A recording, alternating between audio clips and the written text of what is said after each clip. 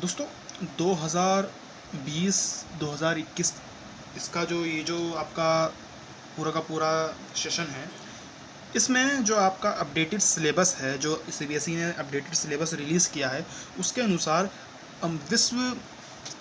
समकालीन विश्व में अमेरिकी वर्चस्व, ये जो आपका एनसीईआरटी का 3rd चैप्टर है, यूएस हेजेमनी वाला, अमेरिकी वर्चस्व वाला, इसे मर्ज कर दिया गया है 2nd चैप्टर में। बाइपोलैरिटी वाला, जो एंड ऑफ बाइपोलैरिटी, दो ध्रुवीयता का अंत वाला जो चैप्टर है, यानी कि चैप्टर नंबर 2 और चैप्टर नंबर 3 को मिला के चैप्टर नंबर 2 बना है। तो ये वाला जो चैप्टर है आपका पिछले चैप्टर्स में ही अब मर्ज कर दिया गया है, जोड़ दिया गया है, अलग से ये चैप्टर नहीं है। इसके कुछ पार्ट जो हैं उस चैप्टर में हैं, तो हमको इसे अलग से पढ़ने के लिए एक अलग चैप्टर जो है, हम इसे नहीं मानेंगे। आपको ये मानकर चलना पड़ेगा कि चैप्टर नंबर 2 और चैप्टर नंबर 3 मिलकर जो चैप्टर नंबर 2 बनता है, ठीक है। तो कन्फ्यूज़न वाली इसमें कोई बात नहीं है। चैप्टर नंबर 3 जो है वो आपका अब समकालीन विश्व में जो ये आपका जो सत्ता के वैकल्पिक केंद्र है, वो आपका अब चैप्टर नंबर 3 है, ठीक है। तो इसमें मैं आपसे अमेरिकी वर्चस्व क्या है, अमेरिकी वर्चस्व हम क्यों कहते हैं कि अमेरिका का वर्चस्व है, वर्चस्व का मतलब क्या होता है, ये कैसे स्थापित हुआ, इन सब बारे में चर्चा करेंगे। वीडियो बहुत छोटी होगी और मैं आपसे उम्मीद करूंगा कि आप इस वीडियो को पूरा देखें। ये एक इंट्रोडक्टरी वीडियो है, इंट्रोडक्शन हम देंगे इस अमेरिकी वर्चस्व का। अमेरिकी वर्चस्व की जब हम बात करते हैं तो देखिए, दुनिया में 1945 तक आपको पता है कि दूसरा विश्व युद्ध चला। तो इस समय तक बहुत बड़ी बड़ी शक्तियाँ थी दुनिया में, जैसे जर्मनी, इटली, जापान, यूएसएसआर, आपका ब्रिटेन, फ्रांस, अमेरिका, ये सब बड़ी बड़ी शक्तियाँ थी दुनिया में। तो यहाँ पर हम क्या देखते हैं कि दुनिया में किसी एक देश की नहीं चलती, बल्कि बहुत सारे ऐसे देश हैं जो क्षमता रखते थे युद्ध करने की, जीतने की, शक्ति दिखाने की। उसके बाद आप क्या देखते हैं कि 1945 से 1991 तक 2 ध्रुवीय विश्व बना रहता है, यानी कि दुनिया में 2 शक्तियाँ होती है, 2 महाशक्तियाँ होती है, एक अमेरिका और एक सोवियत संघ। तो यहाँ पे भी 2 जने की चलती है, किसी एक की नहीं चलती है। तो वर्चस्व किसी का नहीं बन पाता, वर्चस्व नहीं बन पाता। अच्छा, उसके बाद आप क्या देखते हैं, 1991 के बाद के जो अब तक का समय है, जो आप कह सकते हैं इसे 2000, मैं इसे 2000 तक का समय मानता हूँ, 2001 तक का समय मानता हूँ, जहाँ इस पूरे समय काल में अमेरिका का वर्चस्व बना। उसके बाद भी अभी भी अमेरिका सबसे बड़ी शक्ति है, इसमें कोई डाउट वाली बात नहीं है। लेकिन अब नए नए प्लेयर्स, नए नए शक्तियाँ उभर रही है, जैसे चीन, जैसे खुद भारत। अब हम लोग नए शक्ति के रूप में उभर रहे हैं। लेकिन ये जो समय है कि दुनिया में अमेरिका का वर्चस्व स्थापित हुआ। तो अमेरिका, इसीलिए मैं कह रहा हूँ कि अमेरिका का वर्चस्व कब स्थापित हुआ, 1991 के बाद, जब सोवियत संघ दुनिया से कोलैप्स कर गया, विघटन हो गया। तो अमेरिकी वर्चस्व स्थापित कब हुआ, सोवियत संघ के विघटन के बाद अमेरिका का वर्चस्व स्थापित हुआ। इसलिए हम कहते हैं कि 1991 के बाद से अमेरिका का वर्चस्व स्थापित हुआ। अब 1991 के बाद से अमेरिका का वर्चस्व स्थापित हुआ, इसे हम कैसे कहेंगे। देखिए, एक घटना हमारे सामने आती है। अब होता क्या है, अगस्त 1990 में इराक कुवैत पर कब्जा कर लेता है। इराक जो है वो कुवैत पर, पड़ोसी देश है, इराक का पड़ोसी देश कुवैत है, युद्ध होता है और इराक जो है कुवैत पर हमला करके कब्जा कर लेता है। इराक के ही, अच्छा, आपने एक शख्स का नाम बहुत सुना होगा, सद्दाम हुसैन के बारे में आपने सुना होगा। अब सद्दाम हुसैन जो हैं वो इराक के राष्ट्रपति थे, शासक थे, या यूँ कहूँ तानाशाह थे। सद्दाम हुसैन, तो सद्दाम हुसैन जो है कार्रवाई करते हैं और कुवैत के ऊपर कब्जा कर लेते हैं। अब यूनाइटेड नेशन इस पे क्या कहती है। अब आपको पता है कि जेनेवा कन्वेंशन का ये हिस्सा नहीं है कि कोई आप जो है किसी देश के ऊपर कब्जा नहीं कर सकते, है ना। तो यूनाइटेड नेशन यानी कि संयुक्त राष्ट्र संघ क्या करती है, इराक के ऊपर कार्रवाई करने की अनुमति दे देती है। अमेरिका को ये दायित्व सौंप देती है, ये अनुमति दे देती है कि आप एक सेना बनाइए और जाके कुवैत को आज़ाद कराइए। यूनाइटेड नेशन ये कहती है। यूनाइटेड नेशन के सचिव जो है, महासचिव जो होते हैं, उन्होंने इसकी इजाज़त दे दी। तो यूनाइटेड नेशन द्वारा इराक पर कार्रवाई करने की अनुमति दे दी गई। अब अमेरिका के राष्ट्रपति उस समय 1991 की मैं बात कर रहा हूँ, तो अमेरिका के उस समय राष्ट्रपति हुआ करते थे जॉर्ज बुश सीनियर। ठीक है, और उनके बाद में उनके बेटे भी बने जॉर्ज बुश सीनियर। तो जॉर्ज बुश सीनियर ने इस पूरी व्यवस्था को, ये जो अचानक जो है कार्रवाई करने के लिए, आप सोचिए यूनाइटेड नेशन की स्थापना होती है शांति की स्थापना करने के लिए, है ना, लेकिन यूनाइटेड नेशन यहाँ युद्ध करने के लिए कह रहा है। क्यों कह रहा है? एक देश को आज़ाद कराने के लिए कब्जे से। अच्छा, तो अमेरिकी राष्ट्रपति ने इस पूरे बदलाव को, जो जॉर्ज बुश थे उस समय, जॉर्ज बुश सीनियर, उसने कहा कि ये एक नई विश्व व्यवस्था है। नई विश्व व्यवस्था का मतलब ये है कि अमेरिका चाहता था कि कुवैत को आज़ाद किया जाए, और अमेरिका की इराक से बनती नहीं थी उस समय। तो अमेरिकी राष्ट्रपति ये अनुमति लेकर आ गए कि कार्रवाई करने की, तो उन्होंने इसे एक नई विश्व व्यवस्था का नाम दिया। नई विश्व व्यवस्था का नाम था यहाँ पर कि सबसे ऊपर अमेरिका, रैंक में सबसे ऊपर अमेरिका, और दूसरे नंबर का कोई पार्टी था ही नहीं, दूसरे नंबर का कोई देश ही नहीं था, क्योंकि रशिया की तो इकॉनमी पूरी तरह से डूब गई थी। हालांकि वो सोवियत संघ का उत्तराधिकारी था, और उस समय तक सोवियत संघ विघटन भी नहीं हुआ था, बल्कि दिसंबर में जाकर सोवियत संघ का विघटन हुआ था 1991 में। तो उस समय देखिए यूएसएसआर ने भी इसको रोकने की कोशिश नहीं की थी, क्योंकि यूएसएसआर बस कुछ ही दिनों में टूटने वाला था। तो हम इसीलिए हम कहते हैं कि ये एक नई विश्व व्यवस्था थी जहां अमेरिका की चल रही थी इस समय से। तो अमेरिका ने इस अटैक करने के लिए परमिशन ले ली। तो आप देखिए कि अमेरिका का दबदबा, अमेरिका का वर्चस्व किस तरह से यूनाइटेड नेशन में भी फैल गया 1991 के बाद। इसी परिप्रेक्ष्य में हमें इस चैप्टर की चर्चा करनी है कि अमेरिका कितना ताकतवर बन गया 1991 में सोवियत संघ के विघटन के बाद। जब हम वर्चस्व की बात करते हैं तो हमारा मतलब ये होता है कि सैन्य मामले में, राजनीतिक मामले में, सांस्कृतिक मामले में और आर्थिक मामले में वर्चस्व, यानी कि चारों मामले में वर्चस्व की हम बात करते हैं।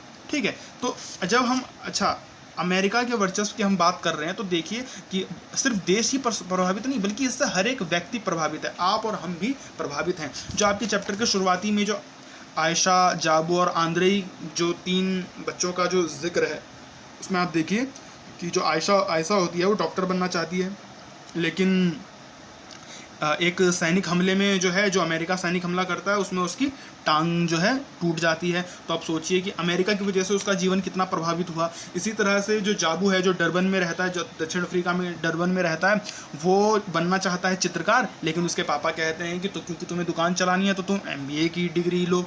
ठीक है, तो और MBA की डिग्री किसने तैयार की है, किसने बनाई है? अमेरिका ने बनाई है। तो देखिए अमेरिका ने जाबू का भी जो है ज़िंदगी को इफ़ेक्ट किया। इसी तरह से आंद्रेई भी है। आंद्रेई के माता पिता USSR से आए थे और वो बोलते हैं कि हमारे लिए जो जीन्स है वो एक आज़ादी की निशानी थी।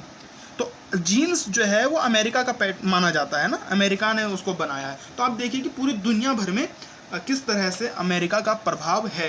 यहाँ तक कि कोको कोला आप पीते हैं वो अमेरिका का, पेप्सी को अमेरिका की। ठीक है, आप जो टेक्नोलॉजी इस्तेमाल करते हैं, जो आप इंटरनेट इस्तेमाल, सब अमेरिका का। तो अमेरिका से बहुत ज़्यादा हम प्रभावित हैं, उसके वर्चस्व में हैं। तो वो ताकतवर है, इस लिहाज से हम कह सकते हैं कि वो एक ताकतवर है। या फिर आप ये देखिए कि हम अमेरिका जिसे हम कह रहे हैं वो अमेरिका है क्या? अमेरिका नाम का कोई भी देश नहीं है भाई, बल्कि देश का नाम क्या है? United state of America. America तो 2 महाद्वीप हैं, महाद्वीपों को भी 2 तरह बांटा जाता है। एक उत्तर अमेरिका, उत्तरी अमेरिका, और एक है दक्षिणी अमेरिका। ठीक है ना। USA जो है वो उत्तरी अमेरिका का एक देश है जिसमें मैक्सिको भी है। उत्तरी अमेरिका के अंदर मैक्सिको आता है, कनाडा आता है और यूनाइटेड स्टेट ऑफ अमेरिका आता है। लेकिन यूनाइटेड स्टेट ऑफ अमेरिका में जो अमेरिका का जो शब्द है वो अकेला किसके लिए इस्तेमाल हो रहा है? United state of America. तो ये भी उसकी एक ताकत है, ये भी हम उसे एक ताकत के रूप में देख सकते हैं। जब हम आगे आप देखिए कि क्या अर्थ होता है वर्चस्व का। जब हम बात करते हैं कि अमेरिका का वर्चस्व स्थापित हो रहा है तो वर्चस्व का मतलब क्या है? वर्चस्व का मतलब क्या है? देखिए वर्चस्व का मतलब सीधा बताएं तो दबदबा, या यूं कहो दादागिरी। यूं भी कह सकते हो भाई, दबदबा भी कह सकते हो, दादागिरी भी कह सकते हो। अब मैं इसे दबंग भी कहूँगा। आप इसे कह सकते हो कि शक्तिशाली होना ना। इन सब शब्द से आप वर्चस्व का मतलब समझ सकते हो। एक एग्जांपल लीजिए, अब मैं कहूँ कि भाई आज की दुनिया, आज के समय में अगर क्रिकेट की दुनिया में किसी का वर्चस्व है तो वो है विराट कोहली। तो इसमें क्या कहना चाहता हूँ मैं यहाँ पर? मैं यहाँ ये कहना चाहता हूँ कि आज के समय में क्रिकेट में विराट कोहली जितना कोई भी सक्सेसफुल नहीं है, किसी और की नहीं चलती। जब भी विराट कोहली मैदान पर उतरते हैं तो बॉलर एकदम बर्बाद हो जाते हैं। तो मेरे कहने का मतलब ये है कि विराट कोहली का जो है क्रिकेट की दुनिया में वर्चस्व है, दबदबा है, ठीक है। इसी तरह से मैं कहूँ कि सिनेमा में बॉक्स ऑफिस की अगर बात की जाए, कलेक्शन की बात की जाए, तो सलमान खान का वर्चस्व है। क्यों? क्योंकि वो बहुत ज़्यादा कमाते हैं, तो उनका एक वर्चस्व, तो ये वर्चस्व जो है किसी के दबदबे को साबित करने के लिए शब्द का इस्तेमाल किया जाता है, ठीक है। तो अगर, लेकिन हम बात कर रहे हैं किसी की अंतर्राष्ट्रीय राजनीति की, अंतर्राष्ट्रीय इंटरनेशनल पॉलिटिक्स की बात कर रहे हैं ना हम लोग। तो यहाँ पे पॉलिटिक्स की जब हम बात करते हैं, वो भी इंटरनेशनल लेवल पर, तो हम यहाँ पर क्या देखते हैं, अलग अलग दायरे देखते हैं, अलग अलग क्षेत्र देखते हैं। तो वर्चस्व के लिए इंग्लिश में हेजेमनी शब्द का इस्तेमाल होता है, और वर्चस्व शब्द का अर्थ है सभी क्षेत्र, चाहे वो सैन्य क्षेत्र हो, चाहे वो आर्थिक क्षेत्र हो, चाहे वो राजनीतिक क्षेत्र हो, चाहे वो सांस्कृतिक क्षेत्र हो, इन सभी क्षेत्रों में अंतर्राष्ट्रीय स्तर पर एकमात्र शक्ति का केंद्र होना। एकमात्र शक्ति केंद्र का मतलब ये होता है कि सैन्य मामले में भी सबसे आगे वही होगा, आर्थिक मामले में भी सबसे आगे वही होगा, और राजनीतिक मामले में और सांस्कृतिक मामले में भी अगर एक ही आदमी आगे है, एक ही देश आगे है, तो हम कहेंगे कि उस देश का वर्चस्व है। अब भाई, सेना सबसे बड़ी किसकी? अमेरिका की। सबसे शक्तिशाली हथियार किसके पास? अमेरिका के पास। सबसे बड़ी इकोनॉमी किसकी? अमेरिका की। सबसे ज़्यादा व्यापार कौन कर रहा है दुनिया में? अमेरिका कर रहा है। राजनीतिक, भाई यूनाइटेड नेशन हो गया, IMF हो गया, वर्ल्ड बैंक हो गया, इन सब जगह पे, चाहे WTO हो गया, इन सब जगह पे किसकी चलती है? अमेरिका की चलती है। तो राजनीतिक रूप से कौन ताकतवर है? अमेरिका ताकतवर। यूनाइटेड नेशन में उसके पास वीटो पावर की शक्ति है, वो स्थायी सदस्य है, तो राजनीतिक पावर उसकी बहुत ज़्यादा है। इसी तरह से सांस्कृतिक, अब भाई आप बर्थडे मनाते हैं, आप पिज़्ज़ा खाने चले जाते हैं, आप पूरी सब्जी तो खाते नहीं, आप पिज़्ज़ा खाने चले जाते हैं, आप जो है बर्गर खाने चले जाते हैं, आप KFC में चले जाते हैं, आप डोमिनोज चले जाते हैं, आप बर्गर किंग चले जाते हैं। आपको जीन्स पहनना अच्छा लगता है, धोती आप नहीं पहनेंगे, आप कुर्ता पैजामा नहीं पहनते, आपको जीन्स अच्छा लगता है, ठीक है। आपको मोबाइल फ़ोन एप्पल्स के चाहिए, आपको कोको कोला पसंद है। ये सब चीज़ कहाँ की है? जो आपके रहन सहन को बदल दे, अमेरिका की सब चीज़ें हैं। तो ये सांस्कृतिक क्षेत्र में आता है। आप देखें कि इन चारों क्षेत्रों में कौन आगे है, तो हम पाएंगे कि एक ही नाम हमारे सामने आता है, अमेरिका, या मैं यूँ कहूँ यूनाइटेड स्टेट ऑफ अमेरिका।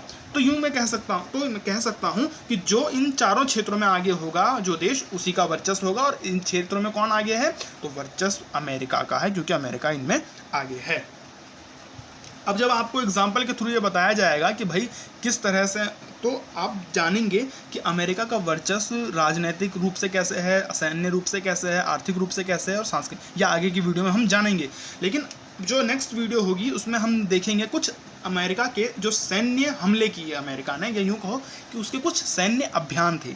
अब अमेरिका इसे सैन्य अभियान का नाम देता है। भाई कोई और संगठन किसी देश पर हमला करेगा तो उसे आतंकवादी माना जाएगा, लेकिन अमेरिका अगर हमला करता है तो उसे सैन्य अभियान माना जाता है, क्योंकि उनका कहना है कि हम लोकतंत्र की स्थापना करने के लिए, मानवाधिकार की रक्षा करने के लिए ये सब कर रहे हैं। तो अमेरिका ने ऐसे 4 मुख्य सैन्य अभियान किए हैं। वैसे वो करता ही रहता है, ऐसा हंसी मजाक में कहा जाता है कि अमेरिका की सेना ने जितना अमेरिका में लड़ाई नहीं लड़ी, उससे ज़्यादा वो अमेरिका से बाहर जा के लड़ाई लड़ती है। अभी भी जो है उसकी अफ़गानिस्तान वगैरह पे जो है लड़ाई, अभी कुछ दिनों पहले की बात है कि उसने ईरान के जनरल को जो है एक हमले में मार दिया अमेरिका ने। अच्छा, तो अगर कोई और मारता तो उसे आतंकवादी कहा जाता। खैर, तो आप पढ़ेंगे ऑपरेशन डेजर्ट स्टॉर्म के बारे में, जो 1991 में हुआ। इसमें आप देखेंगे वही जो मैं आपको बता रहा हूँ कि इराक के ऊपर हमला करने के लिए सेना बना ली थी और यूनाइटेड नेशन ने उसको अनुमति दी थी, वो आप इसमें पढ़ेंगे। उसके बाद 1998 में ऑपरेशन इन्फानाइट रीच अमेरिका ने चलाया था, उस समय बिल क्लिंटन थे, वो उसके बारे में आप पढ़ेंगे। इसके बाद 2001 में ऑपरेशन इंड्यूरिंग फ्रीडम चला था, जिसमें अलकायदा के ठिकानों को तबाह किया गया था। जो वर्ल्ड ट्रेड सेंटर पे जो आतंकवादी हमला हुआ था उसका बदला लेने के लिए। और चौथा आप पढ़ेंगे ऑपरेशन इराकी फ्रीडम, जिसमें सद्दाम हुसैन की आखिर में मौत हो गई थी। मौत जो है उसमें सद्दाम हुसैन बाद में मारा गया।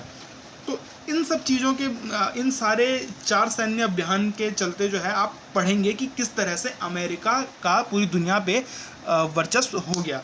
आप इस बात को ज़रा मानिए कि क्या भारत या चीन या कोई और देश इतनी शक्ति रखता है कि दूसरे देश में जाकर लड़ाई लड़े? नहीं, आपका जवाब होगा नहीं, लेकिन अमेरिका ऐसा करता है और कर सकता है। ये अमेरिका के वर्चस्व की निशानी है। इसी के ऊपर हम चर्चा करेंगे अगले वीडियो में। धन्यवाद आपका। नमस्कार। चैनल को सब्सक्राइब करें, 12वीं क्लास के छात्रों तक शेयर करें और लाइक करें। धन्यवाद।